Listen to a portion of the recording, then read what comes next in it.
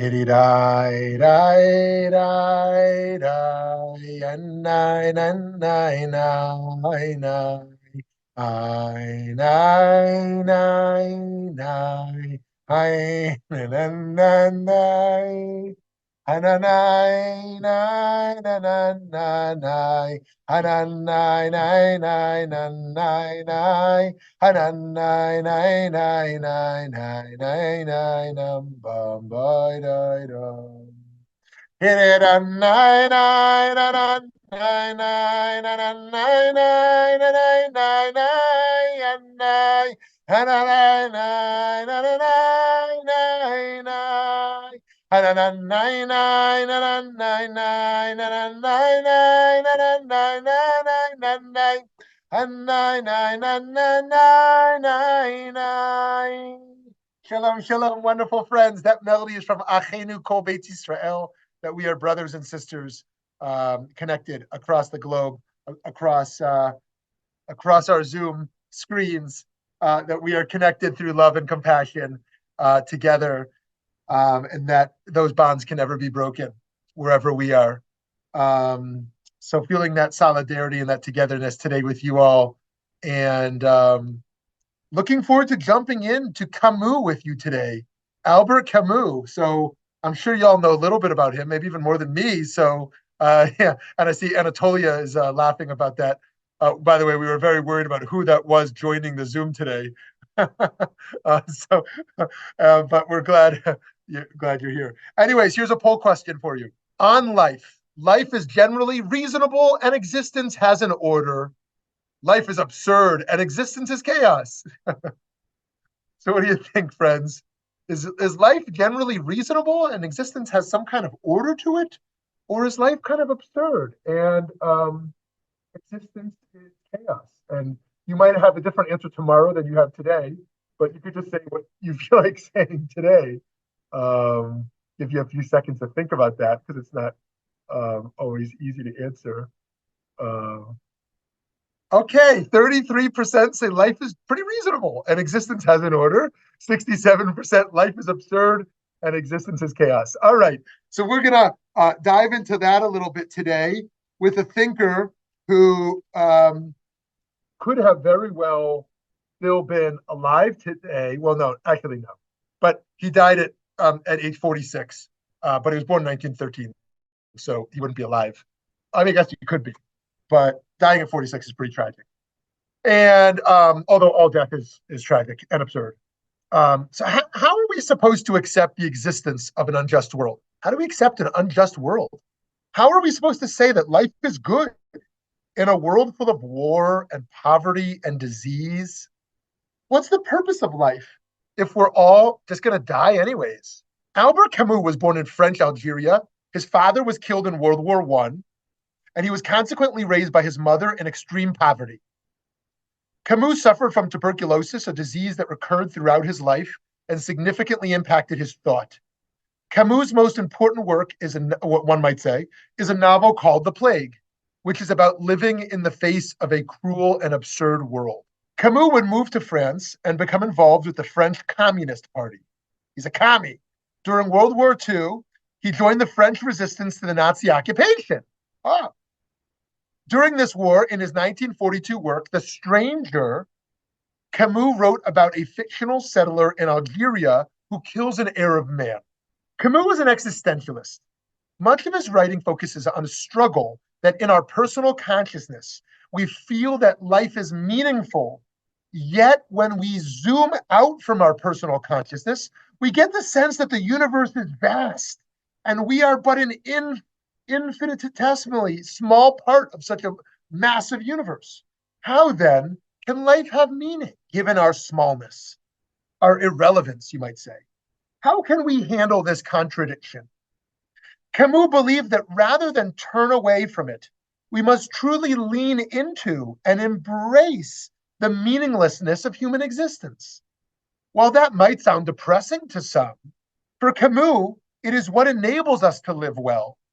Camus powerfully illustrates this idea through the Greek myth of Sisyphus. The Greek myth of Sisyphus, a character condemned by the gods, so to speak, to eternally roll a boulder up a hill, only for it to keep falling back down. We're all familiar with the story from grade school.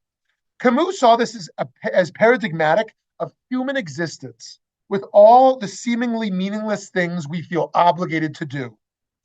Even the parts of life that are most meaningful to us, such as following a dream or raising a family potentially, are ultimately meaningless from the perspective of the universe. Why then should we live? What reason do we have to keep on persevering, to keep pushing that rock up the hill, knowing it will just come back down? According to Camus, one cannot escape the absurdity of human existence. Like Sisyphus, we try to impose meaning on the world, but it is often like pushing a boulder up a hill.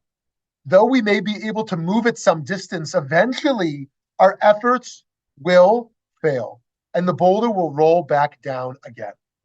In the face of such absurdity, Camus argues that human beings are unique in that we can make meaning out of what is objectively meaningless. We can choose to embrace the absurdity of life, and in doing so, discover our freedom to rebel against it. In the end, we may fail, but we will do so as free beings. Camus' notion of the absurd might not resonate for all of us at all times. But at times of personal crisis, for example, we may feel it is necessary to question everything. It's undeniably valuable to affirm our meaning-making amidst the absurdity of life. Some might dismiss an internally driven sense of meaning, failing to see its cosmic relevance. But in fact, meaning that comes from within us can at times be more meaningful, as it's imposed not from an outside source, but from our deepest intuition. To be sure, Camus doesn't argue that we can just impose our meaning on the world because there's no objective meaning. The world constantly resists those efforts. Hence, the boulder always rolls back down again. However, Camus is saying that even though we know the boulder will roll back down, that life is meaningless, we can choose freely to keep pushing it up. We can act heroically in the face of the absurd. And when we do, we are perhaps most human. How does this compare with how Judaism addresses the feeling that life is ultimately meaningless? For example, how do we deal with the despair of being unable to fully repair a world whose injustice seems absurd? First, we can look to our father Abraham. When God says that Sodom and Amorah, Sodom and Gomorrah, would be destroyed, Abraham famously protested, saying, "Far be it from you to do such a thing, to bring death upon the innocent as well as the guilty, so that innocent and guilty fare alike. Far be it from you. Shall not the judge of all the earth deal justly?" Even though Abraham's protest ultimately did not save those people, his example shows us that there's nothing wrong with identifying absurdity when we see it. More importantly, he's willing to do so to God directly.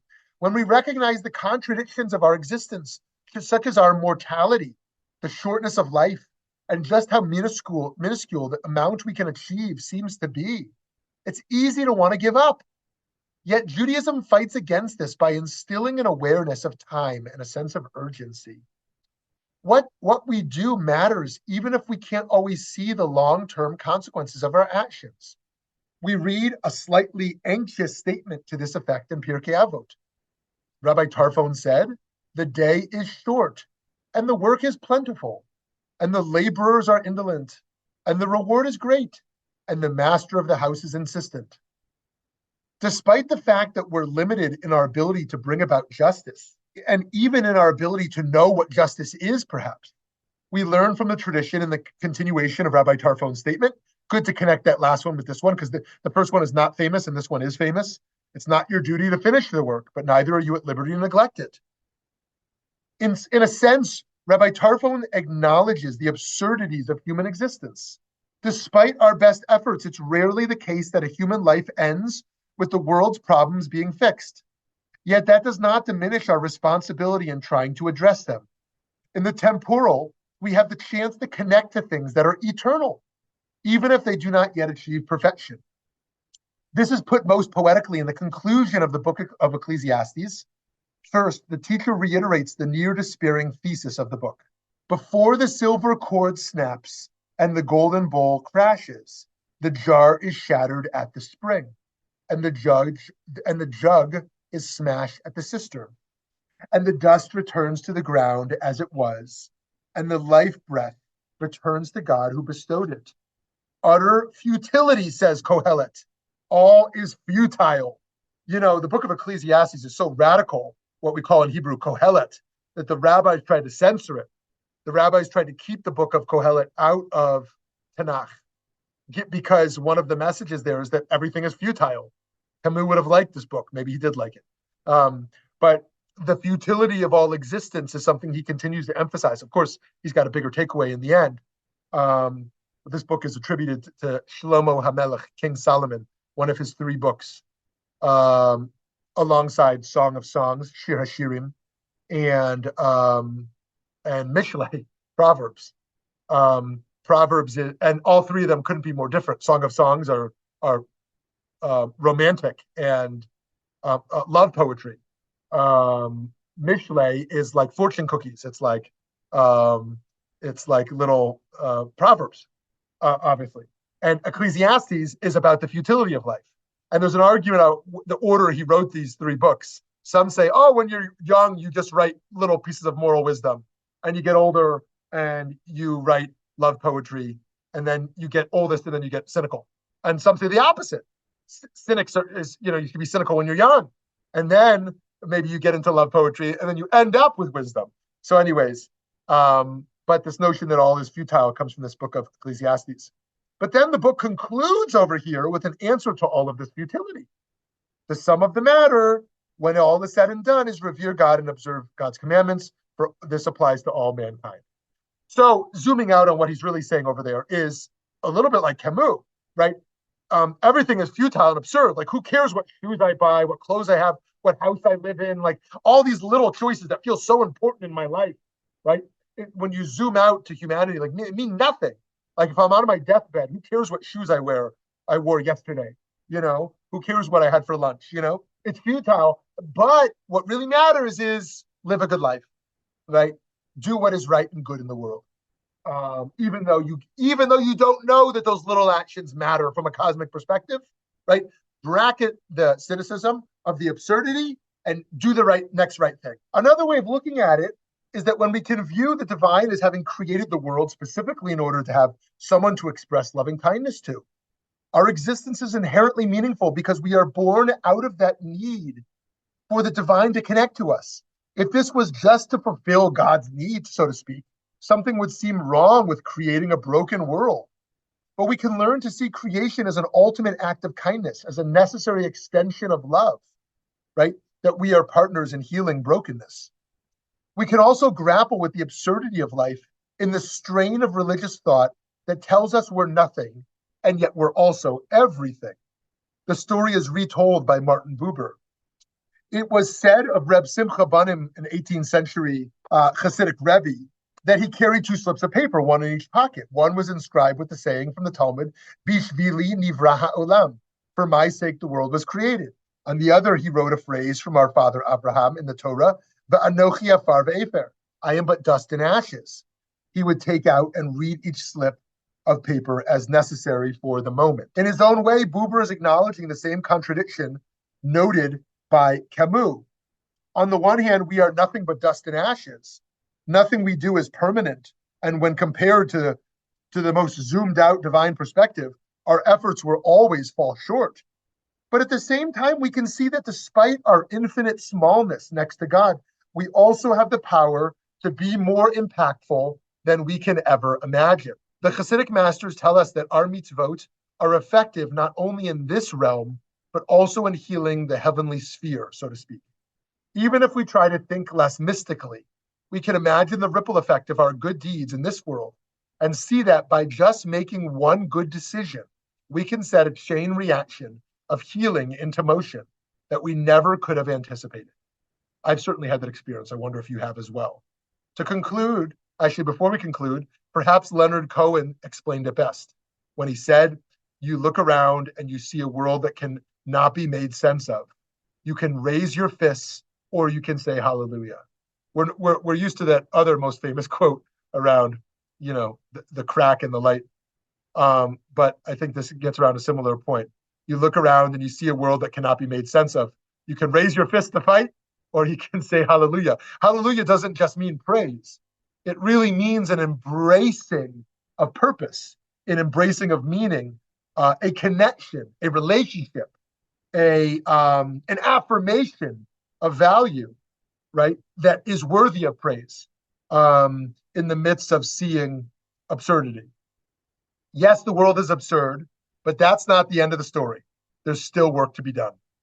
Okay, friends, would love to hear from you how you think about Camus, because there's obviously only touched a tiny bit of him, and how you think of absurdity or experience absurdity of injustice or meaning of life, how you think of affirming life, if at all, in the midst of that, and anything else you want to talk about. Hi, how are you? Great, how are you? Very good, thank you. I feel non-absurd entirely. Uh, what we talk a lot about Jews for justice, and I think you brought it up earlier. What is justice? Somebody asked me that, and I really couldn't come up with an answer, but I have certain feelings about justice. Justice to me is advocacy. Hmm. That's the closest I could come. And I also think of the song "Here Comes the Sun" by the Beatles in 1969. To me, that is definitely my anthem.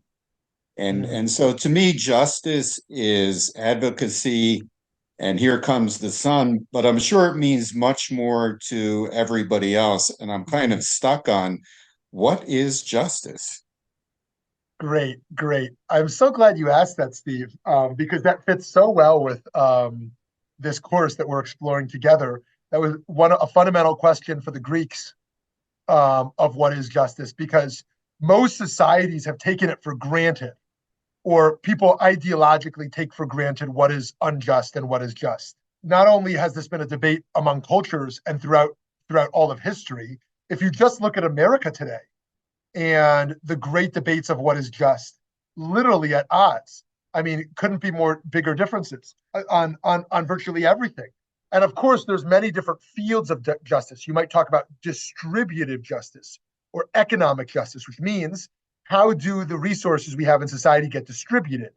Should the wealthy be allowed to keep all of their wealth or most? Should there be a redistribution of wealth? How centralized is the government, and how do they are part of redistribution of wealth? And of course, it might seem like Democrats and Republicans are completely at odds given the way the debates look, but actually they're hardly at odds. It's just to win elections.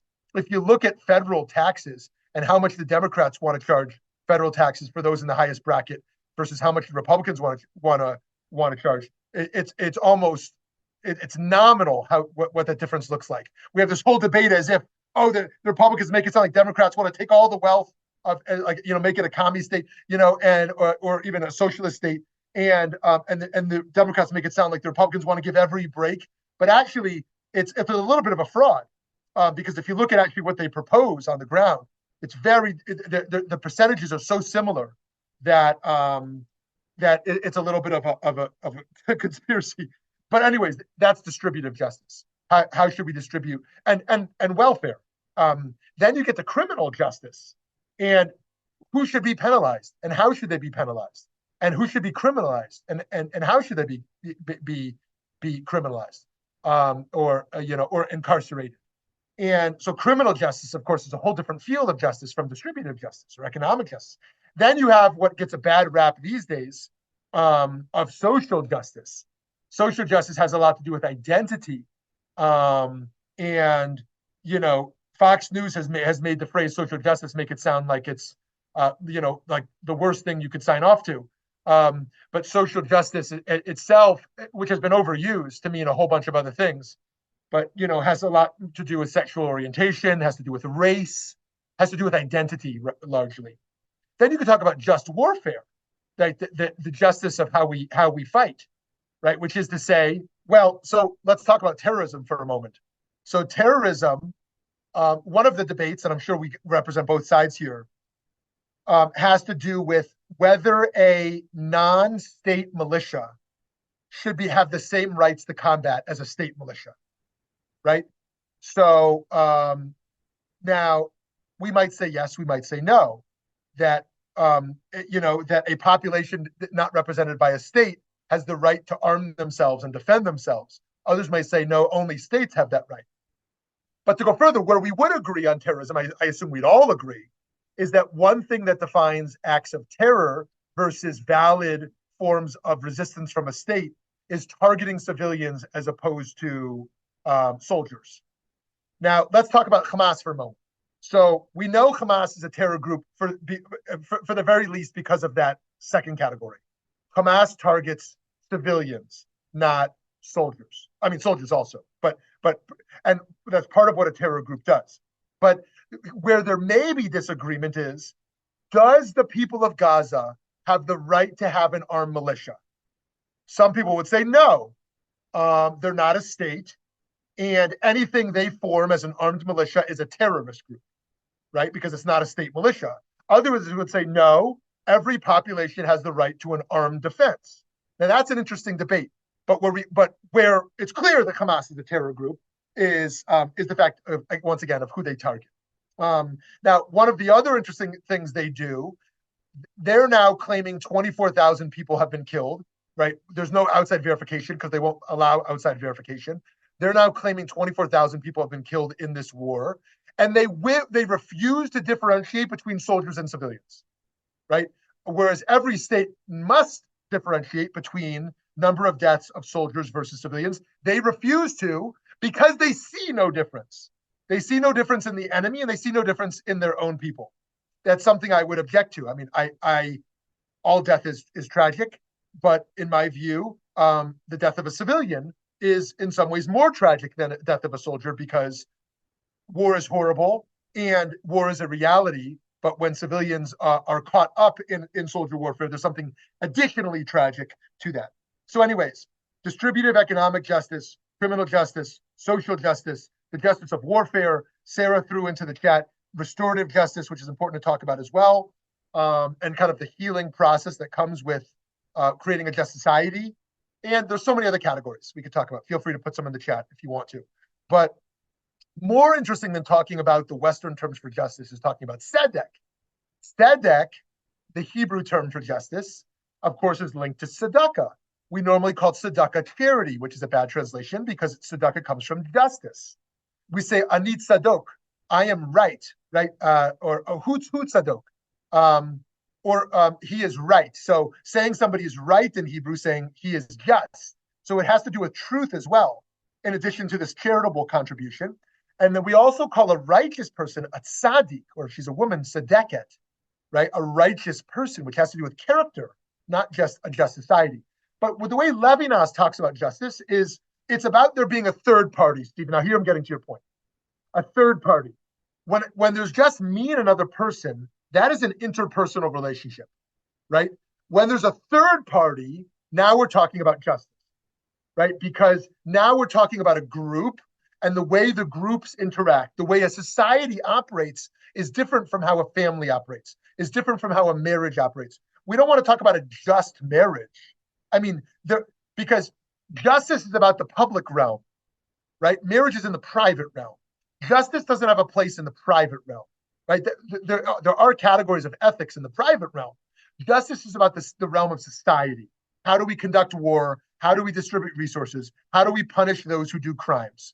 And so we can talk about kindness and what's ethical in the private realm, our communities, our families, our personal relationships. Justice is about how do we then translate how do we bring our private ethics into the public realm? And so we talk about like our Jews for justice. What we're talking about there is not be a mensch, because that's something. We're not talking about our marriages. We're not talking about our workplace ethics. We're not talking about our that scale. We're talking about race, gender, prisons, war. We're talking about taxation. We're talking about the issues of political debate and how those play out. And of course, there can be a range of views on those. I don't think justice means, oh, then you sign on to X, Y, and Z. So, Steve, that was a little long-winded, but I would love to hear any any reaction you have to that or any response. That's kind of why I think in my limited potential here, not absurd potential, but limited potential, that advocacy is my strongest suit. I want to inculcate into somebody else the strength, the idea that they're much more than they might believe, and to help them grow and attain things that they might feel out of reach. So that to me is my input to justice. Great. Thank you, Steve. Awesome. All right. Who wants to jump in next? Thank you so much. Yeah. Hi, Gary. Gary Friedlander. Good morning, everyone. Hope everyone is well. Well, yesterday being MLK Day, I went to a couple of lectures by Andre Ivory, who is, for those who don't know, here in Arizona, is educational director of one of the synagogues locally. And in one of his lectures, by the way, if you're in Phoenix, you missed two great lectures. But he has spoken about racism, and that the actual term of racism, excuse me, was developed, during the slave labor way back when in the 15, 16, 1700s to develop racial or develop upper lower class to justify people, white Caucasians from Europe to people of color, though, and as a result of that, we still live with this notion of people of color being a different race than whites, which I had never heard of that before, but it made sense, and I'm not giving him any justice based upon his lecture.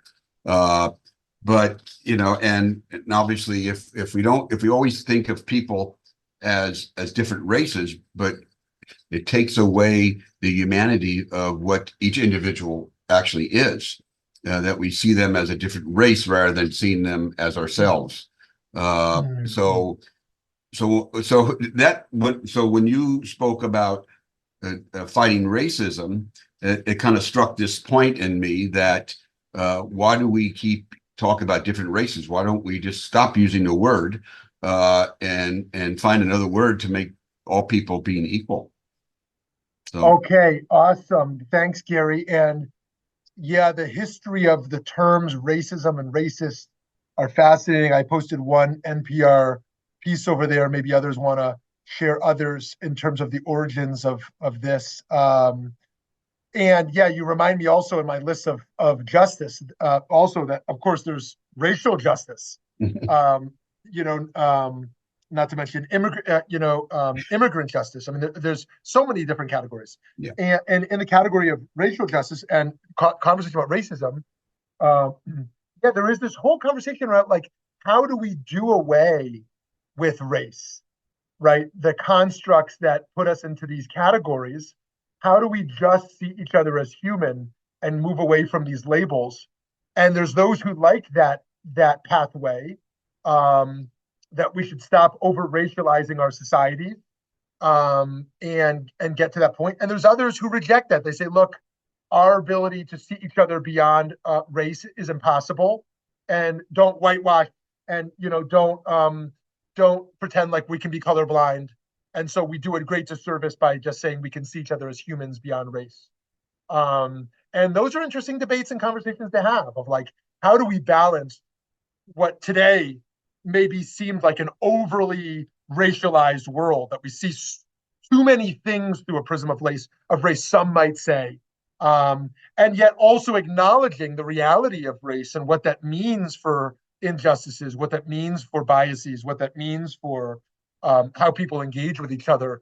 And this is a really hard balance. If you take away the two extremes, like I find it difficult to suggest that we can ever live in a world that is colorblind.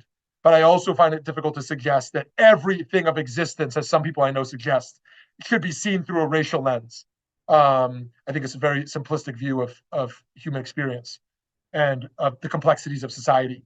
In fact, even those trying to look at the Israeli, Gaza war, solely through a racial lens is such a distorted lens of how to understand the conflict, in my view.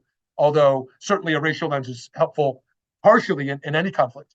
So yeah, so thank you for that. And I think we're moving past the point where racist is the worst thing you could be called. I think that was like 5 years ago or 10 years ago, because like that, but that label got so overused, and so politicized that it's like your career was over if you said something that was deemed by a certain group to be racist, and you're out. But today, the conversation around race is so complex that I mean, just like we could imagine 10 years ago that somebody with 90 felony charges would win the Iowa caucus, it's a new reality. Like it actually, those things help you. And by being called a racist by certain groups, that helps you among certain groups because it means you're transcending wokeness, and that reality. So we're living in such divided times that just throwing accusations and labels at people actually might hurt the cause more than help it. Anyways, hi Cheryl. Hi. I've just been reading a couple of historical fiction books, and they actually both are taking place in the 1940s in Europe. And how I, I mean, there's the aristocracy, and there's servants, and there's a caste system and a class system, and then it all seems to. I mean, it seems like that goes back way with the whole hierarchy of royalty and all that kind of stuff, and that is so, to me, it seems so absurd that some people hold themselves out to be something that they've either been born to, and why were they born to it? I mean, it seems like that is one step away from what kind of the beginnings of what we have devolved into now with the racism. And well, racism, it definitely has to do something with skin color and ethnicity and all that. But to me, reading these couple of books right now, it seems to all kind of started way back when. It started way back when, where some people regard themselves, for whatever reason, as being better or privileged or more,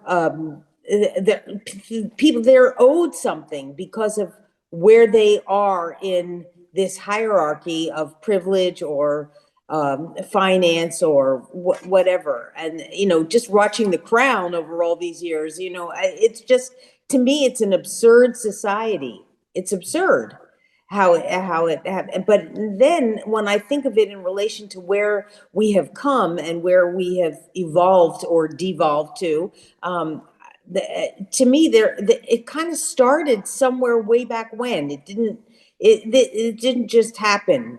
It didn't just happen in America. It didn't just happen, I mean, we have different reasons for things, but it didn't just happen here. And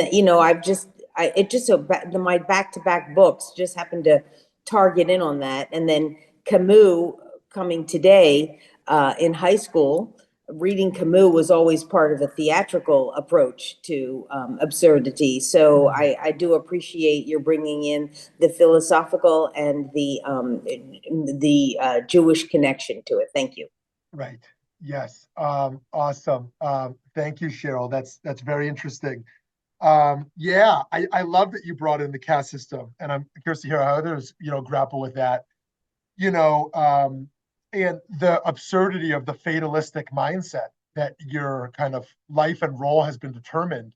The same thing you could say about gender, around, how women's roles, for millennia have been just determined how one will live. I mean, the truth is, prior to modernity, it was to some degree, it was the same for men. Like the amount of choice one had in terms of what they would be in the world. But the caste system, I think you're totally right, is particularly absurd. And that, of course, still exists in the world in parts, but in other ways, that system has is really a win. How much that's been transcended. Of course, that there's still injustices in place around a fatalistic mindset, but how many of our societies have been able to come out of that caste system? So yeah, so Ruth writes over here, birthright in Judaism, and that's an interesting, kind of parallel to think about in terms of like, order of birth and how that's also kind of, determinative traditionally of, who one is and their status in the family, and their role and their inheritance and the like. So, yeah, what does it mean to kind of be born into a world that the way you were born is, is so determinative of how society will engage with you? So very interesting. So I leave that question open to others here to engage with on this or anything else. Thank you, Cheryl. Hi, Glea. I'm going to go in a little bit of a different direction just for, a few minutes and everything like that. We don't have to pick up on this or anything, but if we're talking about absurdity, though, something that I'm thinking about with absurdity, just, this is just me being, okay. All right. I read, oh, and by the way, about changing my name and everything like that, though, because there are very nosy stalkers people out there anyway, students. Oops, did I say that? Anyway, though, but the thing that I'm kind of thinking about, though, is that I read Camus like way, like hell, it must have been 30 years ago or something like that. And so I'm thinking about this, though, but I remember, though, his main character in The Stranger is the guy who says, I hope the crowd is like jeering at me. And like, when he's about to be executed, I hope they're like throwing all this hate at me and everything else like that. And one of the questions is, well, why does he want people to hate him so much? Well, to bring some meaning to his death and everything. And then Camus and his like, Sisyphus issue of like, well, why not commit suicide at this rate? Okay, if it's all like meaningless and everything like that, though, I mean, I'm pretty sure I can bring up the most extreme existentialist question. If it's like, really, then why not commit suicide? And then he comes to the conclusion of, well, death really isn't more meaningful than life anyway, though. I mean, you're not going to really get more meaning out of like dying. And so I kind of like put all those together. And so I'm kind of looking at this from the perspective of, I minored in French, and so I've had more than enough absurd French writers, to last me a lifetime and everything, though. But I just kind of look at it from the perspective of, well, it is absurd, though, but really, is this absolutely I don't know, how depressing is it for people to think, well, sorry, humans are the best we can do, like this, whatever, because the universe isn't going to respond to you or whatever. I don't know. In a way, I'm kind of just wondering, like, how dependent are we on this idea, like, that, yeah, there has to be something out there that, like, are we actually really dependent on this, some sort of like, I hate to say it like this, so this is not going to sound pretty, though, but are we addicted to the idea that there is something meaningful about this? And if it's really just an addiction, then what do we do with that? If we like wake up and say, you know what, I'm just addicted to the idea that I'm going to create some sort of meaning out of pushing this stupid rock up this hill, like Sisyphus, like, for all eternity, which, by the way, Sisyphus is in hell when he's doing this. Literally, he is in hell while he's doing this. I don't know. I mean, then it's kind of like, well, are all of us in hell basically like, pushing rocks up and everything like that? I don't know. It's kind of hard for me to put it in like actual terms, like actually like terms that make sense, though. But are all of us here, we're all sitting here, we're all looking for meaning, and that is why we're in this class. So are we actually just all a bunch of people in hell pushing up rocks and just addicted to this idea that someday there's going to be something that's going to get us up to this top, and the friggin' rock is going to stay there? I don't know. I don't know if anyone wants to answer this question. So yeah. Good. Well, I will throw that out to the group. So thank you, Aglaia, for that's really powerful. And this addiction to this idea that there will be a utopian society, there will be a messianic era, there will be a stage when all has been fixed or achieved. What do we do with that dream? And coming off MLK Day, where he, most certainly was, a visionary of what something might look like himself, I mean, when people call him a prophet, I think that's partially what they're talking about, is that he could envision something where a world is fixed. Now, building off of Glea, one name I want to put out there. Have any of y'all read Yuval Noah Harari's book *Sapiens*? This is probably the best-selling book in all of history that attempts to do a history of the world. Let me tell you about Yuval Noah Harari, if that name is not familiar, because he just blew up in the last 5 years. He happens to be Israeli. He happens to be gay. He happens to be vegan. He happens to be secular. Those things are not crucial to how he writes, but they are factors. But he largely, and he happens to be a climate, I wouldn't call him activist, but heavily concerned about that, and very involved in art and AI, the AI conversation and the future. But he he largely rejects Judaism, he says, and embraces kind of a Buddhist approach. And part of how he does that, he thinks that based on climate change, our time left on this planet is incredibly short. And there is no utopia to come. And life is meaningless. And we're headed nowhere. And there is no God. And all of that. He's not anti-religion, though. But part of what he says is that why he embraces, and kind of a little bit oversimplistic, but just to get the point across, why he embraces kind of a Buddhist approach over a Jewish approach. He argues that Judaism is about meaning. Judaism is about making meaning of life, creating order out of chaos. And Buddhism is about rejecting meaning and is about addressing suffering. And he thinks the best response to the absurdity of life is not making meaning out of the absurdity, but of addressing the problem of suffering. And I share that just because it's an interesting take. Some of us might think we can make meaning out of life, either collectively or individually. And some of us might think that that project's broken, but what we can do is address our own suffering in response to the absurdity. Now, he may go further and say the suffering of other people as well, or he certainly thinks about that about animals, but I think is about people as well. But at least my own suffering on kind of a psychic level. So I throw that out there just for food for thought, alongside Aglaya's provocative points here around life, meaning of dying, and open up the conversation for wherever else somebody else wants to go. Can I just throw this out there? Yes, please. Great. Quickly? One of the things that, everyone pretty much here knows that my father is no longer with us and everything, though, but he was an atheist. And one of the things that, he threw a lot of atheism at me while I was growing up and everything. So I heard it, everything. I never really could be an atheist. So I found that I never could actually convince myself of atheism, because I just kind of found that I had trouble believing that this was actually the best we were going to get, no matter how cynical I got, no matter how, basically shady I felt everything was. So I don't know if that helps this question or whatever, though, but really, honestly, do we want this to be the best? But yeah. Yeah, another way that question has been asked, although I think it gets close to what you're saying, is, can we really imagine the world is so unjust that Hitler and a child that Hitler killed have the ultimate same fate?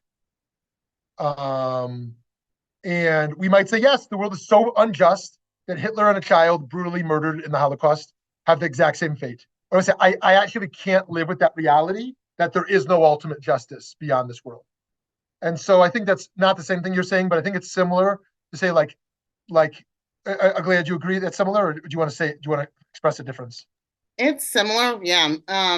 But also just in general, though, generally, well, I mean, if you look at things that humans have accomplished, we've accomplished a lot of things, though, but I don't know. I just think that for me, part of the problem is it's not just a baby, and don't get me wrong, it's a baby and Hitler having the same fate. That does have a lot to do with it, though. But I'm also looking at just everything that humans do. Is this really the best that there is? Mm-hmm. And I mean, maybe it's an addiction that I have, this idea that no, we're not the best that it's going to get. But I mean, I hope that we're not the best at it, at least that there's something else. Now, does that mean that someone's going to strike down, someone is going to strike down the tower the next time we actually build our tower? Personally, I kind of hope so, because, well, how good is our tower? Strike down the tower. Okay, now you move on, you graduate to the next point. That's just me, but yeah. Yeah.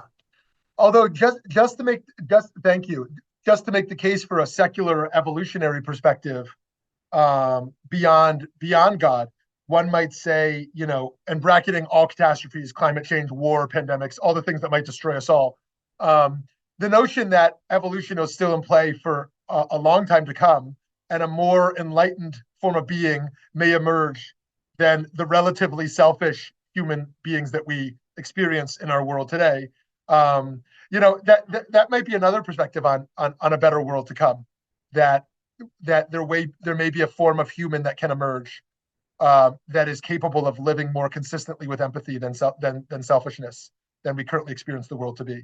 But yes, anyways, very powerful, very, very powerful to share. All right, so who else? Okay, Eddie, yeah, hop in here, Eddie. Thank you, Rabbi. I'm thinking about the term absurd, and I'm thinking about it in terms of social justice. And I feel like oftentimes that word is used when approached by a certain language. So, to give you an example of like when people say like, "Oh, that's racist," and people respond like, "That's absurd. I'm not a racist. Like, I'm just pushing for this type of issue or whatever." And I think that when we talk about justice and battling the absurdity of things, there needs to be language that does not automatically label people as things. I think that in my professional self, I guess I was more into the absurd of thinking that when I was a young activist, that everything was absurd, that the absurdity that billionaires could exist made me angry, that the absurdity that the border wall existed made me completely angry, and thinking that no matter what I could do, everybody who pushed for that camp was existentially bad. But that pushed the agenda that there would be no dialogue with people. It would automatically shut down the conversation. And I was listening earlier to Gary's comment of, when we label somebody a racist or look at that, it takes away the ability for that person to have growth in what they see or may actually believe, and it shuts down conversation. So how do we move past that in a way that allows for collective dialogue that improves and moves away from absurdity and pushes, I think absurdity pushes existential dread that does not leave options for nuance. Thank you. Okay, Eddie, so let me make sure I heard you correctly. What I hear you saying is that we should have more tolerance for what is in the realm of reasonable, because just labeling something absurd and unreasonable breaks down any ability to heal it, to talk about it, to engage with each other. Is that basically what you're saying? Yeah. So thank you for that. And I think there's almost something lazy about this kind of existentialist camp, which feels like very intense, but of just labeling absurdity in a way that, again, I'm not saying this about Camus, but or of the great existentialist philosophers in general, but one who merely kind of sitting back can just label the absurdity of existence, and then we don't really have to do very much about it at all, right? Because it's just absurd. It always has been. It always will be. Nothing's fixable or repairable. No one's even worth really engaging with around this. So yeah, Eddie, thank you for that, and I hope others will engage with what Eddie's sharing here. I think that's very generative in terms of the society we're living in today. Sarah, I see you unmuted. Do you want to hop in? So I'm really appreciating what Eddie said, and I think that what I'm hearing that matters to me is that anytime we label anyone, we've done ourselves a deep injustice. There goes back to justice. And that we can't grow as human beings without, I've said it before, but without tension. So while what I loved about Aglaya's talking about Sisyphus, and I've always liked Sisyphus a lot, is that while we are on our journey we are always pushing boulders of one sort or another. And there's something in that tension, whether we're rolled back over by that boulder or we actually make some progress. It's within that tension that we have the opportunity to discover meaning for ourselves. And the movement then is in that discovery. It's not in the achievement of our goal, whatever that is. And I'm complete. Thank you, Sarah. Yeah. If we can't solve the problems of just in the realm of meaning making, we might find some comfort in knowing that everyone else to some degree has and will continue to grapple with the same things. I imagine on some level, when we're in a dying process, many of us will feel some level of absurdity of it all. Maybe we'll be at total peace, hopefully. But if not, we might feel some absurdity of, geez, what did I strive for? And this was all so short. And what did I spend my time and money on? And some levels of, I don't even want to call it doubt, as much of some sense of, what was all this? And it all went so fast. And what did I do with it? And might find some peace in knowing that that's kind of collective to human experience, some level of smallness amidst how massive everything, and some sense of humility within all of that, and confusion, but knowing that that's been a part of our shared human experience. So not responding to Sarah's great comments, but just, yeah, Sarah, back to you. Well, I don't know if I'll recognize the absurdity. I mean, I recognize, like Eddie, I recognize the absurdity when I was 16 reading existentialism. But now, I think that with age, a lot of that has shifted for me.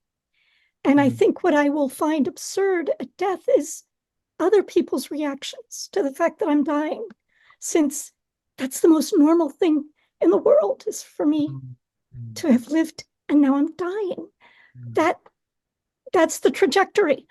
And what I remember best at my father's bedside as he died was him looking up. Somebody was busy talking at him, and fortunately he didn't have his hearing aids operational at that point, and he just looked at me and went, which basically says it all to me. It's like, and I think for me, that's how I'll be at death. It's like, it was, who knows what's next. Okay, thank you. Gary Friedlander, you get your last comment here. Okay. Well, Thank you, I really just wanted to address Glenn and Sarah. And I used to tell my patients when they were dying or they're living for a better life, I said, I've never known anybody ever to come back and tell me it's better someplace else. So, I'm kind of like Sarah, pushing that rock up the mountain. And I think that when I'm on my deathbed, I hopefully can think that I did the best that I could to make it better for the next generation, and leave it at that. I had a very close friend who's a rabbi, and he always used to say, of all the people that he went to make house calls on their deathbed, not one ever said, I wish I had worked another day. So that was kind of my response, and that's kind of how I've adapted, my personal life, doing the best that I can on any one given day to make it a better place. So. Thank you. And thank you all. And whether we are in the camp of primarily seeing beauty and order and reasonableness and very little absurdity, or whether we're in the camp of seeing absurdity everywhere, or however we want to label the confusion or the frustration, I hope that we will respond to it by continuing to learn together, continue to come together through community, and continue to spread acts of kindness that can transcend the confusion and give a sense of wholeness to each other, so that we can live in some state of harmony, knowing that love is possible, kindness is possible. Have a great day.